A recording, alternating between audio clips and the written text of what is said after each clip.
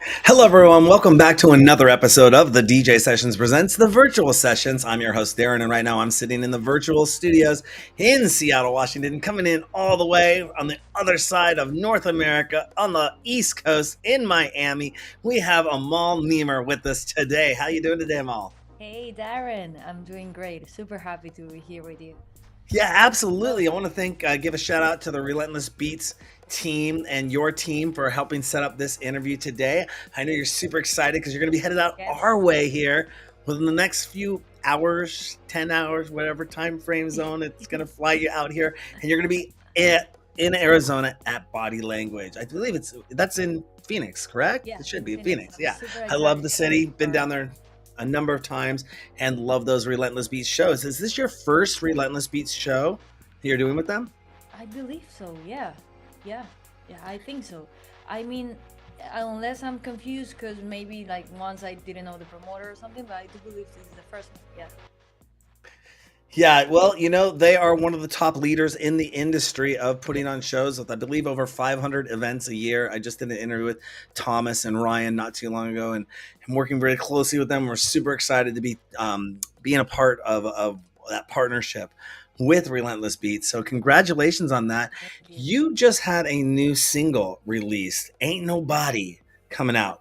Better. Yeah, That, today. that- that's exactly what just popped in my head.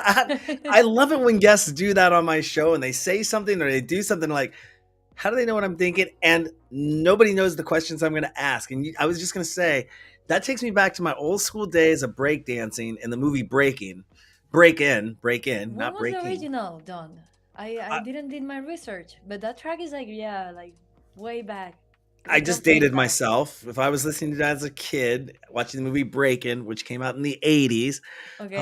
I don't think God, if I'm going to I get don't know murdered if I why don't get I this like right. music when I wasn't even born. There's something about like I don't know, music from the 80s, 70s that one of my tracks is Yeah. called No Control is from the track of Self Control like in the night, no control. I love Oh, that's a yeah, I good think one. that era was like amazing for music. For real. Yeah, it's I don't know if I guess I mean obviously there was music before I was born.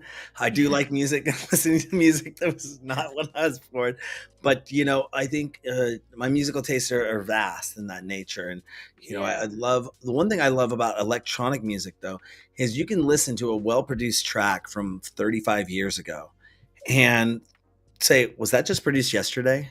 Exactly. It kind of gets a little bit of a timelessness to it that can transcend. And I think that's when you have people looking for new music. Yes, there's so much music being put out there now, so many tracks being put out So there now with much. the accessibility of being able to produce and all that fun stuff. Is that going back and reviving what people would call the classics, and they're like, well, where did that come from? Or hearing somebody go back and remix a classic and it Exactly. gets a new breath of life to it is just For me, a amazing. classic never should die. Never. Yeah, Never.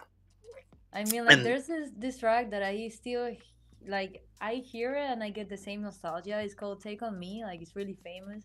And when I hear that track, I say, like, wow, those people knew what they were doing, and they were making music like with the huge computers and the stuff like super complicated to make just one sound. And it's like, wow.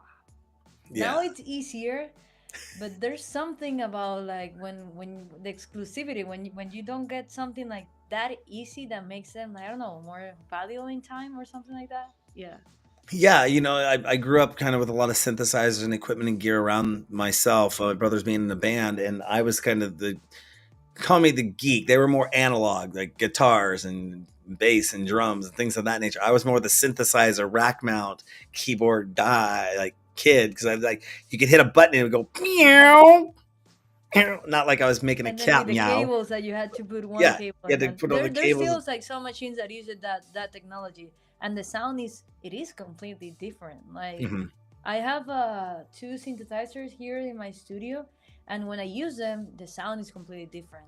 The Hmm. thing is that I'm traveling too much these days, so and I don't want to like I'm obsessed with producing, so it's a good thing that I have everything in my laptop because it like it is my obsession for creating music. Yeah, Well, yeah, and the ability to grab plugins and basically build up all those things digitally. You put it on Exactly. a hard drive, put it and take it with you. You can be the laptop producer setup, put a great set of headphones in, and do studio productions on the road. Do you ever get fed up with making music, playing music, and what do you do when you kind of hit that kind of roadblock or writer's block or creation block, I guess it would be called, not really a writer's block, but do you have a mantra or anything that you do to get out of that, to reset yourself, to put I yourself mean, back in the zone? people tells or say that I should stop and take a break. That doesn't work for me. Like I just sleep because sleeping is like so important for me, and I come back in the morning like without touching my cell phone in the morning, without any electronic, only my computer, and my brain just go directly to the project. And I'm the kind of person that I don't start a project until I finish one. So I finish a song to start a new one, and that like keeps me fresh, because if I open like many projects and never finish one, it's like it gets my head messy. So I just focus on finishing one song and then move to the other, even if I don't love the song I'm finishing. I don't know if I'm like maniac or something like that, like, but I need to Nope. finish the song before going to the other one. And sleeping always helped me. Of course, taking a break does help, but not for too long, because you Mhm. miss the rush, the fire. Well, Um, one of those things that you said that I follow or did follow, I kind of got a little bit busier once I came back to the microphone and sat back in this chair again, was the fact of waking up and the first thing that I do not do is grab my cell phone, go to the computer, start checking emails. I mean, I do some minor little tasks that set me up for the day, but I'm not waking up and putting the cell phone in my hand for 35 minutes and yeah. scrolling through socials. I You actually know, organize my life so I can turn on my phone at 11 a.m. or yep. 12. Something like that. Depending on the day or how busy I am, I usually grab my phone at 11 a.m. You're not gonna find me in the morning. I wake up like at 7 Yep. or 7:30 tops, and I wake up directly to my studio. But also another thing that really helps me out, it's like go and live my life. When I get too robotic or too obsessive, like working, working, working, because I like this so much that it doesn't feel like work. I forget that to create and to make music, you actually have to feel and live. And Hmm. like music is created through experiences. So if you want people to feel something with the thing that you're creating, you gotta live. You gotta know the emotions. So yeah, the excitement and that I go and live my life a little bit when I'm when I'm like blocked, and then something pops out. Absolutely. Nope. I've, Yeah, I've been there, burnt out a few times over the past 30 years of doing this entertainment game. And, exactly. I have a hard stop at 5 o'clock. I used to have a start at 9 a.m. just like you. I didn't touch the computer, sit down until 9 a.m. Had a hard stop at 5 o'clock. If I didn't finish it, it goes in the note card to do the project tomorrow or research Okay. tomorrow. Although when Exactly. you're in business though, your brain is always working on something new. It's hard for me to think of something besides the music. Like Mhm. it really, it's my entire life, and I never been happier actually. So yeah. Besides like having like healthy habit, like going to the gym, exercise, paddle, yoga. I do many things, but music, it's like the main thing in my brain every single day, and I love it. Mhm. But as I'm telling you, I also gotta go and be a human. That helps my the career. That helps everybody Well, having you people. started this journey not too long ago as a DJ in Yeah, Miami. In 2000. I mean, what a year to start a career in entertainment. yeah, But you're pushing it through. 5 years later, you were kind of local and DJ producer, and now you're a touring DJ producer. Have you gone? Obviously, you're doing North America. Have you gone nationwide? I'm sorry, international yet?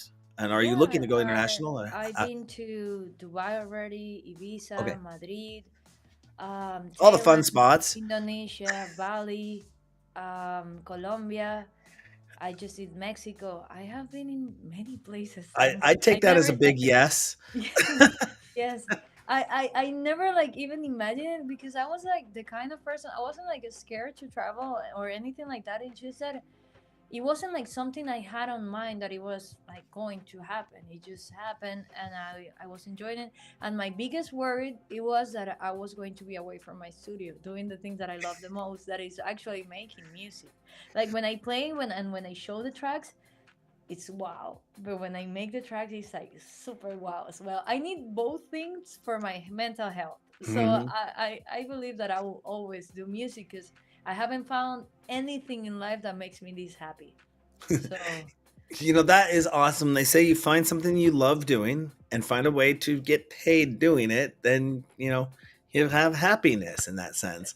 But some people, exactly. I mean, it's not an easy career path to Mm. choose that of an entertainment professional. And sometimes you need that big break, and a break or something that happens to take you from here. Oh my gosh, I was here yesterday, and sometimes you don't even get a chance to look back. I know if I look back on everything I've done, I mean, if I just went to watch my own episodes, 2,700 past episodes of this series alone, You got 20, how many episodes? 2,700. Congrats. Yeah, thank you.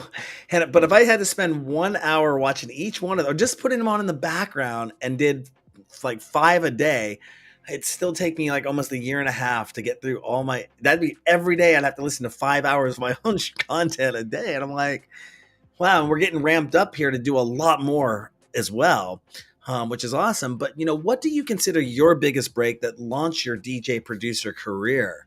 Is there a definable moment that said, I was here and I remember being here and then I did this? Was there anything, or was it a culmination of things that launched you? Honestly, it all started with the first track. Like I did my first track playing during after COVID. It was ends of 2020, beginnings of 21. So we can say, yeah, like from the 21. So I just made the track and I named it after my mom. And I did a track that has like my Arabic roots on it. And I just did it for fun. And I showed it to my friends, like really scared, and they loved it. And then Nervous Records, that is a label that I admire and respect a lot, they signed it. And I had no idea that it was kind of a big deal, like for being the first track. I was just happy. I never like I never even imagined to play in front of one person because it was something really, really personal. I used to record my sets and when like hear them when I was cleaning the house and showering, and I was like, "Wow, this sounds like the people in the nightclub, so dope." And I was like, "This sounds like that," but I would never present myself in front of other people because I was first of all, I'm an architect. My work ethic was different, and my family wasn't like loving the club culture and all the stuff. So it was like something personal, and I never Hmm. imagined that I could even make a life out of it. Like no idea. So the break point was at the beginning that the first track got signed, and then the shows started to happen. My friend like forced me to have my first show, and I did it. I said like, hey, why not? And it was like completely 2 hours of my hand shaking because I was like so scared that people were there watching it. I was praying for nobody to come, and now I said like, wow, I was totally wrong. We need people for the show, but I was praying for like nobody to come, and it's like crazy because it just happened like unexpected, and Hmm. then the like one of the tracks that really got hype up, that is called Burning. That track happened because I was feeling sad. It was the first track that I did to express an emotion through music, and I had like 2 years producing by then, and I never used my emotions to make music. I used my memories but no actual feelings. And when I played that track for the first time to a crowd and I just sung the lyrics and I felt the beat, I felt the release of the sadness that I had inside. And that was like magical, healing, spiritual. I don't know how to call it, but that track literally fixed my broken heart at that moment. And since then, I said like, wow, music is has like a really true healing power that I just want to keep making and enforcing, and I want to share this with other people. So Hmm. whenever they come to see me and to dance, they leave like release. They leave like happy, like with a weight out of their shoulders. Yeah. And that's something I do also, going back to that whole universal appeal to electronic music, that it can transcend language barriers. It can Mm-hmm. transcend and get into an emotional experience where you can have somebody standing next to you who doesn't speak the same language, but you're experiencing the exact same feeling of Exactly. the song and feeling the emotion that the person has put into that song, and bringing both people to tears or bringing both people to joy. And they're like, I can't believe I feel that with that It's an upliftingness energy. It's or totally different. energy of that. Yeah, yeah, yeah. I mean, I play Arabic tracks. Nobody understand them, but they get happy and they jump with the track. Um, and many of the comments that I get after my shows is like, your music is good, but the fact that you never stop smiling, it makes my day happy. And that's what I really want to transmit. Like for me, music is joy. Music is being present there. I mean, like, I I don't touch the phone in the morning because my mind gets like so distracted during the day. And when I do music, is the time that I'm really present there, and my people is present there. Whoever comes to see me, they're present there in the moment, and I love it because it's like meditation in groups, something like that. One of the things that has been a topic of conversation when you mentioned the phone theory and the disconnection from the phone. A lot of people are literally growing up with phones in their hands. The generation that's coming into the clubs now kind of do not know what it's like to not have a mobile device I get in their anxious hands. when I don't have my phone in my hands. Like I'm in that group too. That's Yeah. why I do my effort to just at least in the morning my brain has a break from it, because Mhm. it does consume. Like I'm dealing with that too. I think everybody, because like we got social media and it's like super fun. I love it. Like me, I love it. And we got like so many ways to connect with other people just here. So I get super anxious when I don't have my phone, but I'm working on Mhm. that because I know that it's taking my mind away from the here and the now. Mhm. Yeah. And that's one of the things is some of the bigger nightclubs. I actually experienced this. I bring this up in shows a lot. Being in Berlin last year, that I went to a club, and it was for the first time I had ever been to a club where they put stickers over the cameras on my phone, and said, "Hey, don't remove the stickers from your phone, or we'll kick you out of the club."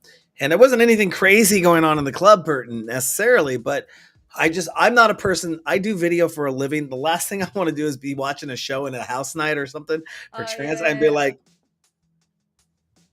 that for like during the set. So what's your I actually was watching you going to went to your website and saw there was a really great video playing in the background. I only saw a couple phones in the air there. I didn't see that many, and everyone was rocking out and having a great time.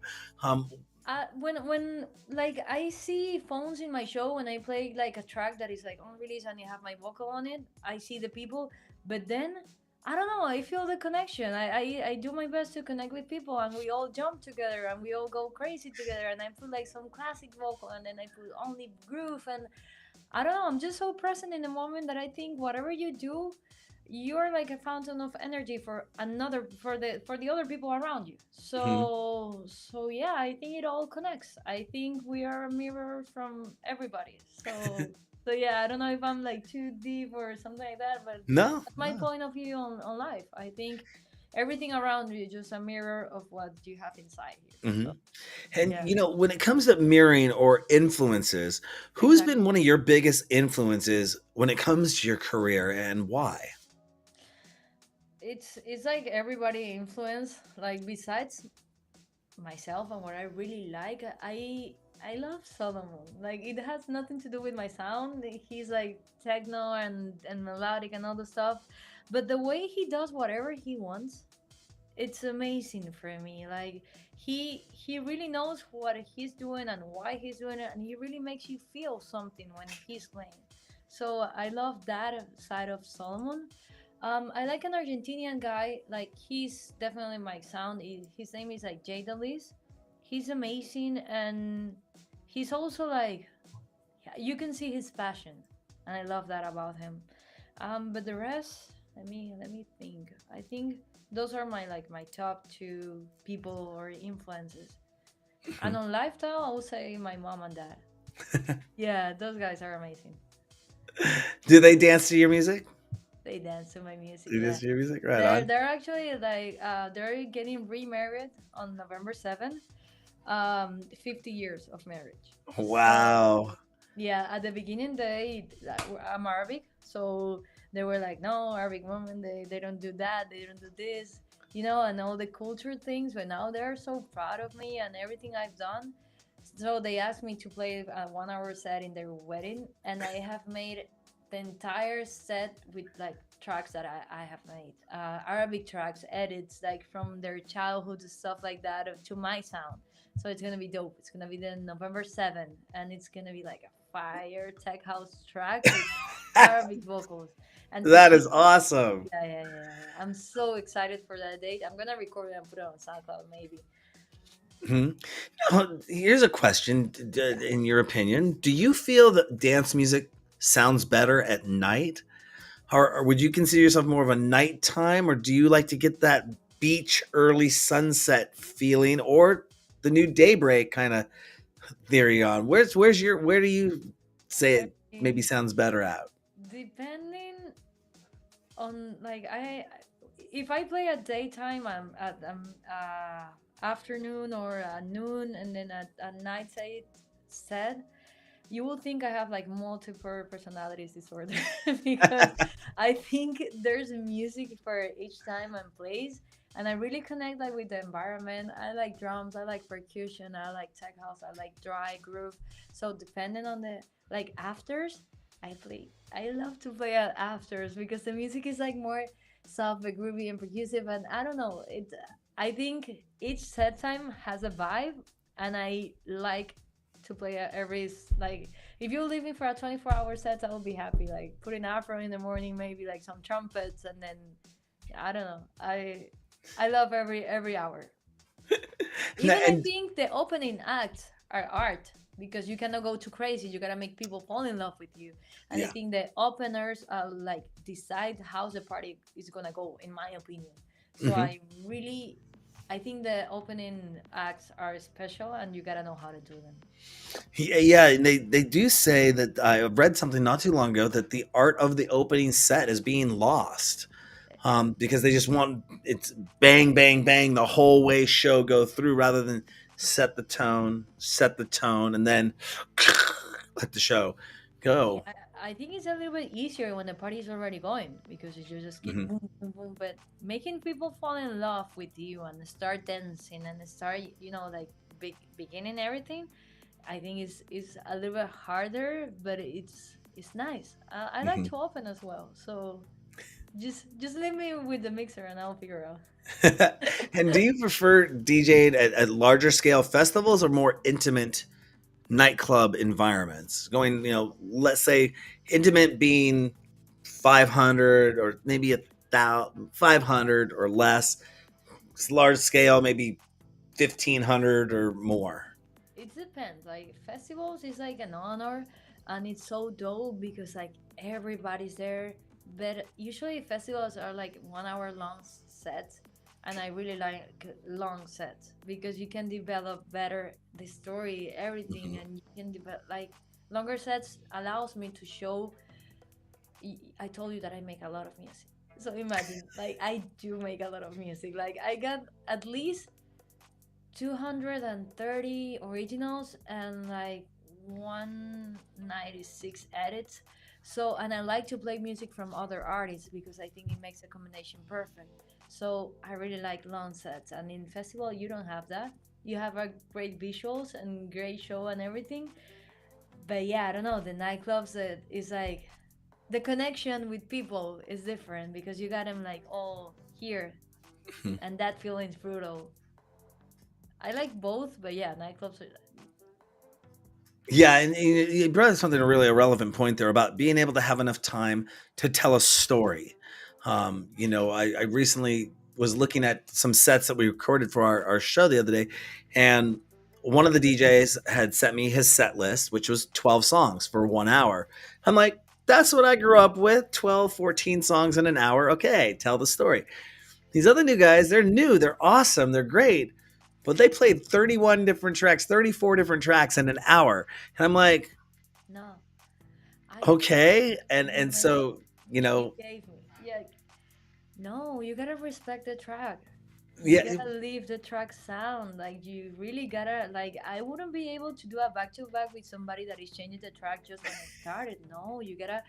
like the brain really get lost in the track and the repetition of the same sound. So I get lost in a set by really getting into it, the same sound once and again, and I like to keep it and mix it and blend it with other, but maintaining the same sound that makes you get lost in the music Mhm. and lose like the notion of time. And if you want to play like in an hour set, like 35 track is, you're not gonna make that. Like it's gonna be overwhelming. Like no, no, no. I didn't say anything bad about it. I was just when I went to get the set list, I'm like, the cool thing was it didn't sound to me. Well, I'm driving a truck around our mobile studio around while I'm doing this, so I'm not really paying attention to the whole everything that's going on. But it sounded like it came out great. I mean, it blended well. It was there, but um, it was just I heard that a lot of people aren't producing tracks. They aren't making 6 minute, 7 minute tracks anymore. They're making 3 minute tracks, Hmm. and 3.5 minute, or what almost what I grew up listening to was radio playable. Now You when know, like um, music from before, I even have track that lasts 11 minutes. Crazy. mm-hmm, That like that I get it, like it's evolving, because when I started I used to do like 6 7 minutes tracks, and right now my tracks are lasting for 30 or 5 tops. mm-hmm, um but they're entertaining the whole. So I don't mind that the tracks are getting shorter, but I do think that I don't know, that I like the guest love that everything I just said in a set. mm-hmm. So yeah, but I bet there's people that nailed it. Everybody got their ways, and I think every way is beautiful. It's just my personal taste. Now, you kind of already answered this next question a little bit earlier in the show. Um, I was going to ask you, do you become a different person when you get on stage, and are you a different person when you're off stage? But it doesn't sound like you are. It sounds like you're kind of, I'm happy, happy, and I want to smile, and I'm happy, happy. And if the audience is happy, happy, then I'm happy, happy, and I get off stage and I'm happy, happy. I'm gonna confess, Okay. I tried to do like more serious face sets, but it's Mhm. I can't. When it drops, it's like somebody's tickling me. I like it so much that I gotta smile. So I tried it because I maybe like it looks cooler, the serious face. I just can't, bro. I can't. So yeah, it's kind of the same personality, but not the same sound. It depends. I get strong. I get like harder beats, or then I get soft, and I get. It depends on the hour and what I'm doing.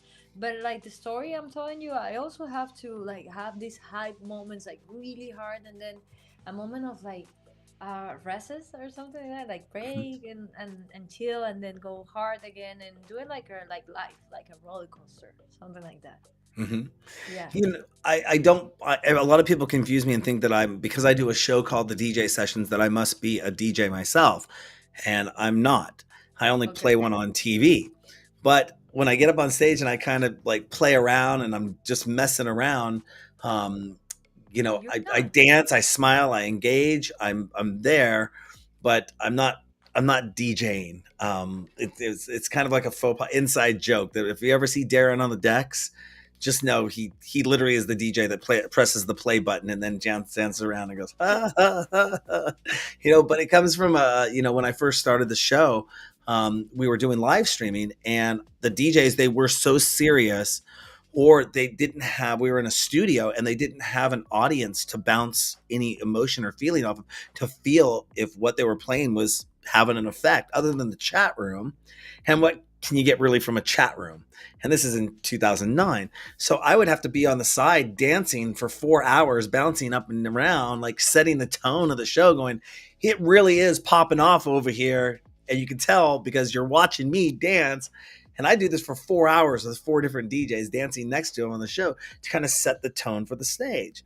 But of course, when you're in a nightclub, you can read the crowd, you can hear, you're on a much louder system than in your headphones or in your studio. So, that energy definitely translates around, and it's great that I can feel that you bring that to the stage when you're performing, and that's awesome.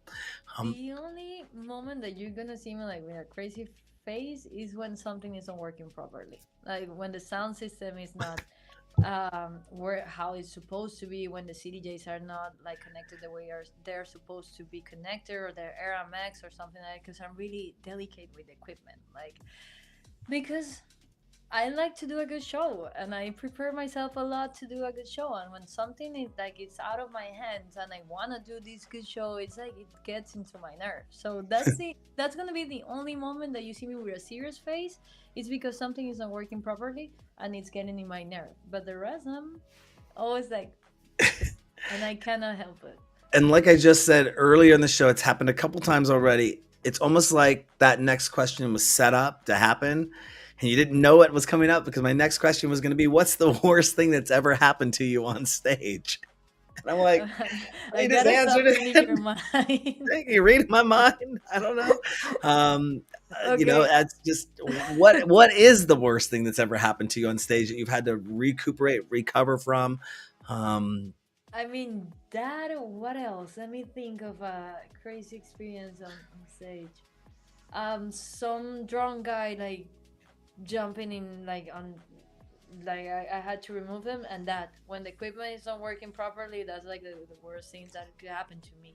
Or the monitors are returning bad because I like for me to be able to enjoy and give to the people a proper show. I gotta be listening good, and I gotta be like in my zone, with the equipment and everything. When I was beginning though, something happened that it was like a really learning experience. So I had one of my first shows. I wasn't a pro at all. Remember that my first track was randomly signed by a big label, so everything started to happen really fast.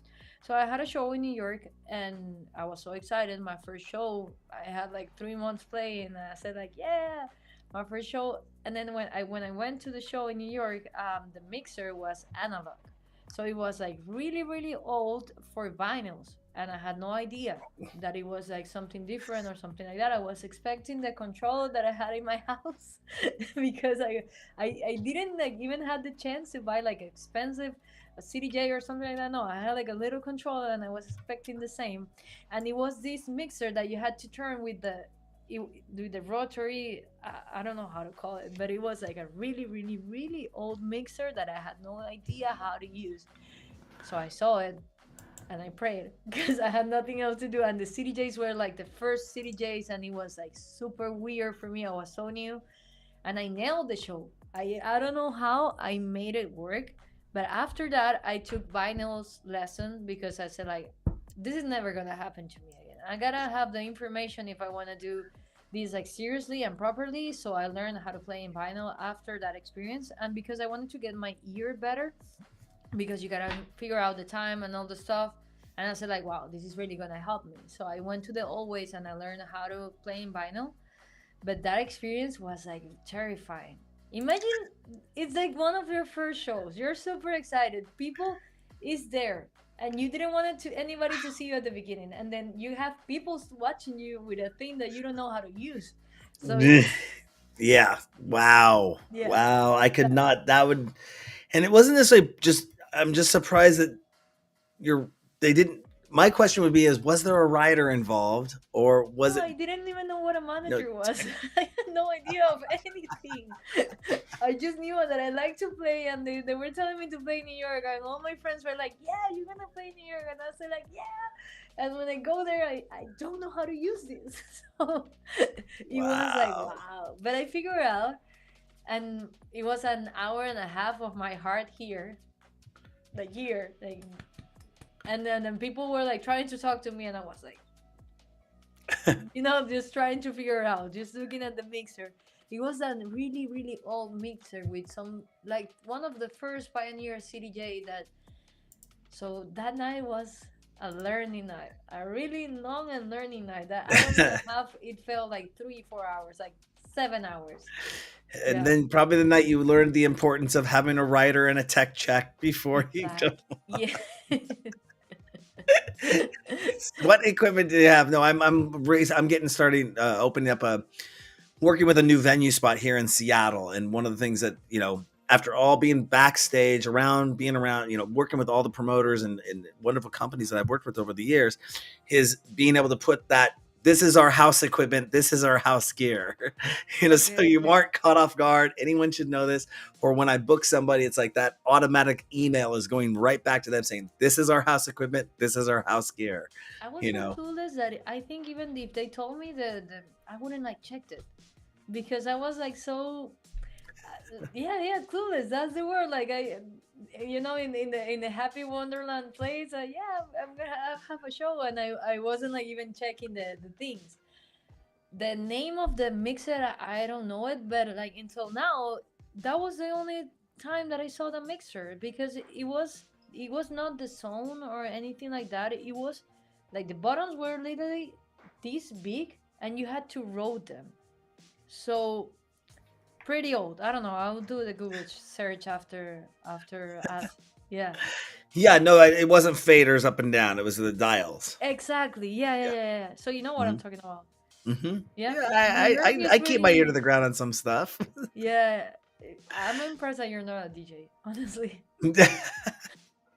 No, I mean I own DJ gear because I do a DJ show to have DJs play on in case like something happened. Because back in the day when I started the show, I didn't own any DJ gear. I had cameras.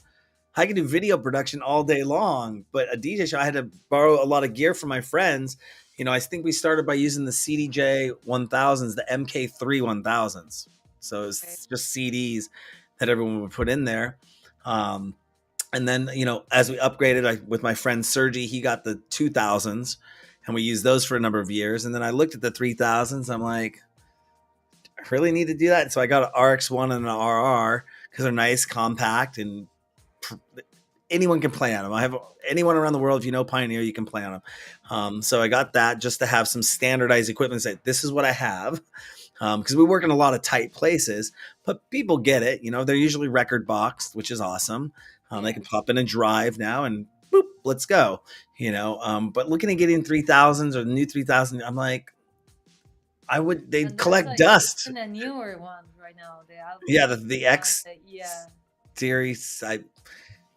I mean, yeah, if I had 10, 15 grand laying around just to go, okay, cool, let me Yeah. buy these, and then I'd probably Yeah, be able the to rent them 2000. out. I think I'm 'Cause, gonna stay with them for a bit. yeah, Also. Yeah. I mean, I wouldn't doubt their reliability, and they're a great piece of machinery. It's just for what we do. I don't.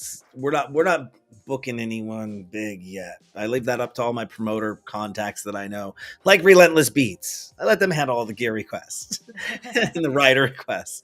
We just get there, we film, and do our thing. Okay. Speaking of doing stuff for a long time and seeing technology change over the years. Not necessarily shifting and focusing on technology per se, but Carl Cox has been doing this DJ producing thing I mean, he just turned 63 this year and he's still rocking major festivals, kicking ass out there, doing his thing. Do you see yourself still DJing and producing at the age of 63? I mean, I just told you that when I don't produce for 2 days, I get like sad. So yeah, I will always make sure I'm playing with Carcox, by the way. In 2 weeks, I'm Oh, really excited. Yeah, yeah, he's a legend, and yeah, definitely. I never see myself stopping from this because I haven't found something that really makes me happy. Like making music is making me. So yeah, I will continue with this. I always make sure to get like the last version of Ableton, and if there ever comes another software that becomes more popular, I'm gonna make sure to play on there. And I already know all the specs and the things from the new CDJ for whenever I play in it. So yeah, yeah, I always see myself updating. mhm. What show are you going to be playing with Carl at? It's called Moon Landing in Tampa. It's November 1st. Okay, I'm opening for him and closing for him, so it's gonna be a dope show. That's awesome! gonna be my Congratulations. personality of really strong music. Congratulations on that. He definitely is, like I said, is one of those people. I'm still working on getting him on the show.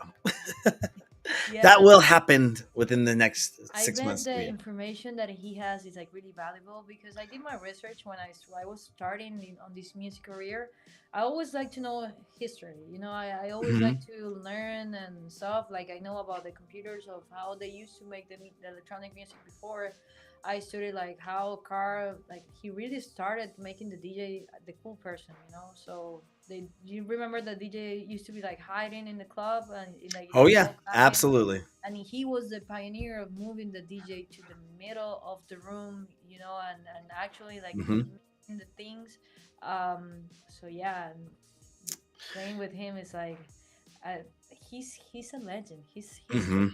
It's a Yeah, really I honor. had the honor to be in a pretty much a closed room seminar with him at ADE in 2022, and at that time he was talking about reinventing himself again. And he even sighed or kind of rolled his eyes, saying, "Yes, it's me. I'm reinventing myself again and doing something new." I'm not sure if I saw this on the billing for Dreamfields last year. Carl played there, I believe. And his new thing is kind of a hybrid DJ set where he's actually creating music on the fly, but he'll have one CDJ and a laptop there. I don't know if he's doing that for the event or if that's his normal thing now, but he can do either the one or the other. But that was what he was saying is I'm making a different. You'll never see me play the same show twice because I'm Exactly. making music on the fly. And then, yes, it's coming from a computer, but if the crowd's feeling this, I can go with this and this song and make it completely brand new and go live with it. And I was like, that's awesome. You Yeah, know, I saw him performing that show in Ibiza this year. mm-hmm, Not live, but I saw him like on videos. He was mm-hmm, doing that. He's really a fantastic legend. Like I think that fact of like never being really satisfied and always looking for more is the excitement of life. Like mm-hmm, I'm happy where I am right now, but I want to keep like improving. I got the need of always present new original tracks in every single show I play. So in every single show that you come to see me, you can come to one today and another one tomorrow. I gotta have at least three new originals. So I mm-hmm, always spend like a bunch of time making music and producing and producing and producing because I like excitement. Because if I don't get excited, I think the people is not gonna get excited. And if I listen to a track too many times, I get bored of it because I get bored of things easily. So yeah, mm-hmm. that fact of always has something that personally excites you, it's gonna transmit to the people. Yeah. And one of the things you touched on it. If you don't make music for 2 days, you kind of get you recluse, you get a little sad and stuff. And nowadays, there used to be kind of what's called the retiring age in a profession.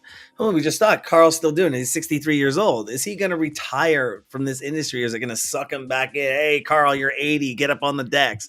Is there a retirement age, or you see some memes pop up from time to time of saying, I'm 51, just turned 51. And they're like, hey, if you're over 35, you shouldn't be on the dance floor.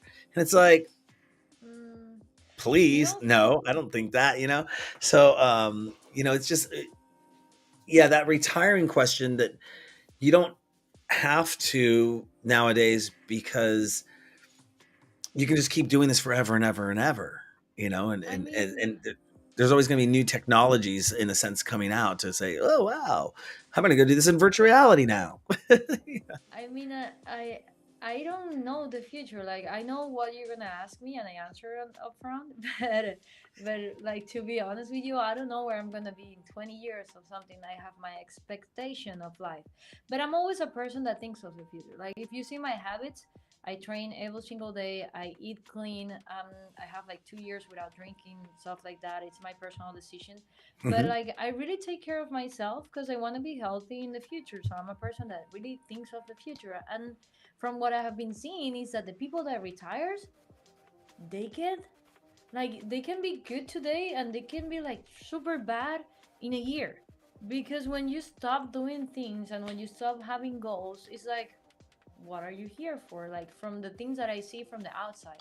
So I'm a person that will always wants to have goals, even like mhm, if it's short-term goals, long-term goals. I started this career like 4 years ago and I was like 26. I'm 30 now.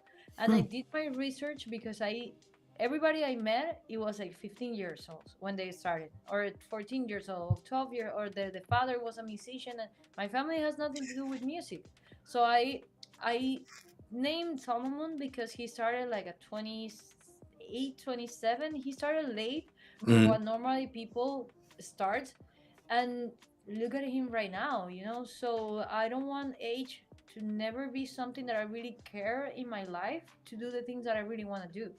Mm-hmm. And I will stop when I really feel that this doesn't fulfill me anymore. But I don't have an age for anything. I just live today, the present, and I make sure to be happy every single day. So Mm-hmm. yeah. If you could, going back a little bit more towards event questions and things of that nature, though, if you could host an event without any limitations, you got the Black American Express card, don't got to worry about paying it off. What are 5 things you would want to have at that event? Okay, let's say my party is called Manifest. Let's say Manif- that I make Manifest without no limit on the budget. No limit on budget. Bro, I would definitely make sure to have fireworks at every single moment, like a lot of fireworks with things in the sky saying like first the name of the party manifest and stuff like we don't know how to give up, stuff like that. That really makes people like motivated, stuff like that. And then I will have like a really incredible, unbelievable laser show, and I will have like a huge snake that. Okay, that this one is the third one. A huge Actually, I'm snake. going to combine the first two into laser light show all into one. Pyrotechnics. I'm going to put Okay, that all in one. okay. So you get another one. Then have cryo in there. Py- cry- pry- Yeah. Pyro? So cryo, like the Cryo. yeah. Then the Oh, CO2. yeah, The, I got you. Cryo. I got you. yeah. The CO2, the one that CO2s. Yes. CO2. yeah. And then we'll have like a huge snake head coming down on the middle of the thing. Maybe it could be like a universe Ibiza or something like that. That wouldn't have the amount of people that I would like, but that would do the work if it's just for one day. So yeah, like a huge snake head from the roof, pointing like with moving the head, like 3 heads it could have, with like red eyes, a snake that looks at you, and from there it comes a cry from the snake head. What else? I will give, of course, everybody merch. Everybody, I will give people to, yeah, many gifts. That's another one. And then let me see. Let me think it through. What else? I dream about this. Like this question should be. I just want to make sure. The gift, the snake, the cryo, the place. I will hire Solomon. Awesome. It's funny. It's a very interesting question to find out what people do when they have no worry about budget. Safety, whole nother thing, but budget, it definitely comes down to find out, what people do. I mean, I will it's also have a hot to air balloon for the to people that to go in and yeah, stuff like this, to, and to roller coasters. but to think about that, you think about, somebody once told me a long time ago, when they were dating somebody, they'd say, okay, what kind of house do you see yourself living in? And the person who describes their house would describe, basically the description of their house is how they view life. And if say, and not necessarily how they view life, it's not a judgment on their life. It's just, do they have big goals and aspirations? I want to live in a 100-room mansion and have an island and have hot air balloons and jet skis and everything around the I place. will Or even Santa Claus. Everybody like yeah, arrange or it some people might huge. just say, hey, I'd like to just have a nice little bungalow, 2-bedroom place in a remote area and have fresh water and, and chill. And that, that would be for them. It's a very interesting question to find out what people want, what their dream event would look like. And I'm glad you did, once again, you did something and said something about a question I was just going to bring up next. Right after that was, you mentioned having merch. And how important is it to have merchandise? Because I went to your website, saw you had some cool stuff. I got some questions about that because we need to revamp our merch store. Okay. So we're going to talk about that a little bit after show. But long story short, how important is merchandise to have for artists? I Um, mean, I read a book that it says the most important thing in life are the host. Like Indian people treat the host as the kings, you know? mhm, So whenever you come to an event of mine, my host is the king. And I would like to treat my host cool. And sometimes I don't like to like it's necessary to sell the merch, but sometimes if you can just give it to people, I mean, like, a memory is gonna stay in your brain forever. But if you were the teacher of an event you love, that means something like for longer time.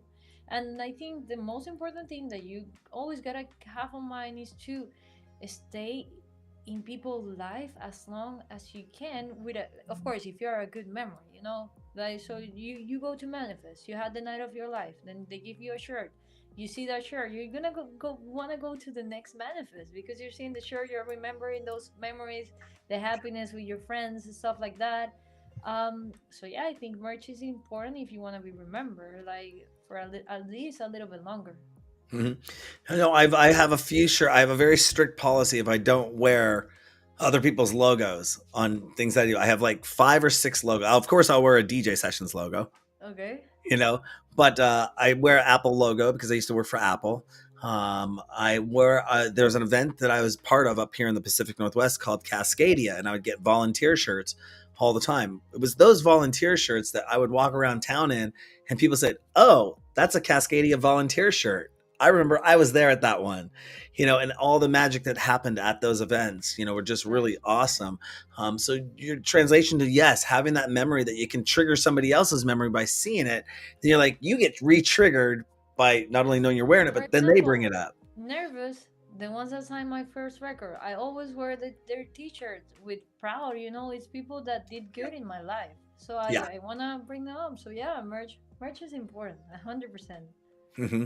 Yeah, and it can start out. It doesn't. I mean, if somebody was just starting out, there are ways to have an online merch store without investing in a bunch of inventory anymore. I grew up with my dad owning a screen printing business, so I mean, we were there with screen printing machines in the house printing shirts. Before online ordering became a really big sensation, and I mean, our online store, I think we're running through Cafe Press right now, but I'm definitely looking to change that. Not no hate to Cafe Press, but we want to get a little bit more fashionable than just the basic stuff that's out there. So we're really looking at revamping our merch store. I do think that's a very key component. Also, having your own domain name, your own website is, I Yeah. think, very key. I tell a lot of artists, if you're going to brand yourself, go out there and get your domain name. Also, trademark your name. If you're not just going to do it at the state level, check it in the national database. Check it against if there's somebody else out there. If you're not using your real name as a Trademark my DJ, name is weird enough. So you know, I didn't have to bring yeah, it it didn't have to do much. I don't think up. Yeah. I don't think I would really go out as uh, on the billing as Darren Bruce. Darren Bruce is playing. That's cool. Who's Darren Bruce? I don't know. But if I say, hey, I'm the DJ Sessions, oh, it's the DJ Sessions. Yeah. Yeah. Hey, and I still cannot believe that you're not a DJ. That is, it blew my mind. Yeah. Now, after weeks or months of touring and doing all this stuff, I know you want to get back to your studio. That's one of your key things to do. But what do you like to do when you get home to relax? Not studio time, but take that personal time. Are there any activities, hobbies that you find that really help you gravitate and keep you centered to your musical mantra that you have? Yeah, yoga is a really important part of my life. Going to the beach. My family is really in Venezuela, so here in Miami where I live, my family is my friends. So I always like to touch base with my friends that reminds me, I don't know, how to have a good time besides the music and stuff like that. And I go to paddle. I do to like mental health and to keep my energy and everything. I gotta do like 6 gym sessions a week. So I'm really like, I think I have a lot of energy, and if I don't burn it out, I get like anxious. So yeah, I always need to do physical activities.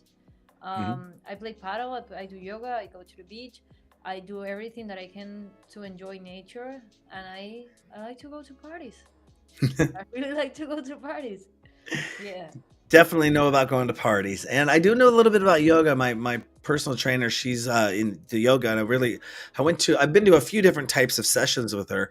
One was kind of more of a healing session. I've done the hot yoga stuff. I look at those people in the class, and I'm like, how the hell do you bend that far? And my only thing is I don't know all the moves and know what to do. So half my time is spent trying to watch what other people are doing, and like, am I doing it right? Okay, my neck's like bent way over here, but it shouldn't be bent, If and I'm I'm honest, it took me the first 3 months or 4 months to actually enjoy yoga.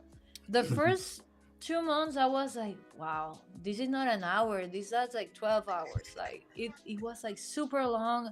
And I was like, when is this going to end? And I was doing my best to not check my phone, to check the time, yeah, to really disconnect. But now it just flows easily. yeah. But I had to force myself the first 3 months, and then I started enjoying it, and then I understood. But at the beginning, I didn't like. I was so. Uh, it was hard for me to stay quiet. Now I'm like good at it, except when I'm playing. When I'm playing, I'm like jumping all over. But yeah, yoga really taught me about like mental strength and about like the things that I was telling you. I do all of this because my mind flies, and I'm like I would be having a conversation with you and be like not paying attention at all. So yoga helps my mind to really listen and to be in the moment, and then not touching my phone in the morning, and all the exercise I do. I think there's a name for that. I don't really think I have something. I was just really distracted, and my mind was like all over the place. Hmm. PhDs. I don't think I have. I don't know. Maybe. ADHD. Yeah. I don't know. But all these things really helped me to, like, for real. It was so embarrassing. Somebody was telling me like a story, looking in my eyes, and I was looking at that person, and my mind wasn't there. I was like not listening to that person at all, and it feels like horrible when I had to answer because I was like, what was it saying? It was horrible. It was horrible because I had to do interviews like this, so I had to fix this. And right now, Darren, I can't pay attention to you. Yay! Awesome. If Hollywood were to make a movie about your life, who would you pick as the main actor, Anne actress? Hathaway. Anne Hathaway? Yeah, I'm totally seeing that right now. I love her. Wow. Aren't they Yeah. making a Devil Wears Prada too? Yeah. Of course, I'm gonna see it. Yeah, Yeah. I thought I heard something that was going into production. I just watched it recently with a friend of mine and really liked that one. I think she also did. We watched a movie recently with her, was the one with her and Robert De Niro, where Robert De That Niro movie is beautiful. The Inner Chip. internship. Yeah, Yeah, that was a really fun one too. yeah, the internship. That movie is so beautiful, especially because I have some weird love for like older people or something like that. Like in my town, when I had like free time, I used to go to the how do you call it? All the old people houses. How do Hmm. you? Is there a name? Retirement The facilities. retirement facilities, yeah. Mhm. And I would just like spend time with them and hear to their stories, and just like play games or like cards or something like that. Maybe it was because I was really attached to my grandmother, and she, like, when she passed away, it was really hard on me. Or I don't know, it's just that I think they have so much culture in them, and I like to learn, so they're like the perfect fountain. I like classic things. You see the song that I Hmm. just so yeah, that movie really got me because of that. When I saw that, and it's what I'm talking about, the goals. He needed Hmm. a new goal in his life, and he went for it, and he nailed it. And yeah, yeah, that movie is, Exactly. yeah. Yeah, that is something that leaving a legacy behind or working with a younger generation or people, just in general, is that you get to share ideas, collaborations, and learn other things rather than just being all on yourself. I had to realize the other day I was counting it up, and I have a team of like 14 different people that do all different jobs that Mhm. not one of them crosses over to the other, like website designer, app designer, marketing consultant, PR person, and all this stuff. And I'm like, New I didn't stuff. realize until I put them all in and going, but all these, if I, this wouldn't be happening, I couldn't just have one person doing it all. And their experiences that come with that and valuing those experiences. And even the generations before me that have done this industry and been in this business, and the new generation of kids coming up that you get to kind of rear and mold. I was on a podcast interview the other day, and it was, these guys were like, "You're cool, you're awesome." I'm like, "But you got 182 episodes, so you're kicking ass, and you're doing a good job." It's just really cool, and I got to share with them this kind of segment that Kevin Smith had done on me a long time ago. If you know the actor comedian Kevin Smith, he played in the movie Clerks, Jay and Silent Bob. If you know that them, it was really funny guy, kind of geek nerd person. He's really awesome, and they just were like, "Oh my god, that's so cool that he did that for you on one of his shows." And I'm like, "Ah, it was kind of cool," just kind of geeking out and stuff, but geeking with geeks. But hey, I know you're a busy person. We've got to get you back to what you're doing because I know you got a show No, coming I was looking up. for the Kevin Smith. No, I don't know him. You don't know who Kevin Smith is? No, That's okay. no, That's but I'm okay. gonna culture myself after this. Yeah, he's a pretty funny guy. Him and Jay and Silent Bob, they played in a number of movies together, doing stuff. Writer, comedian, host, a bunch of different stuff. I'm gonna do the research, I He promise. does. But is there anything else you want to let our DJ Sessions fans know about before we let you get going? I mean, about me, I think I will keep telling my story on my way. And a random thing that I could say is like, you never know. The only thing that is gonna guarantee you a better life if you keep going and keep doing what you love, Hmm. and you never love. Just never stop. Like, don't look for the best, don't look for perfection, just never stop, and eventually it's gonna come up. Yeah.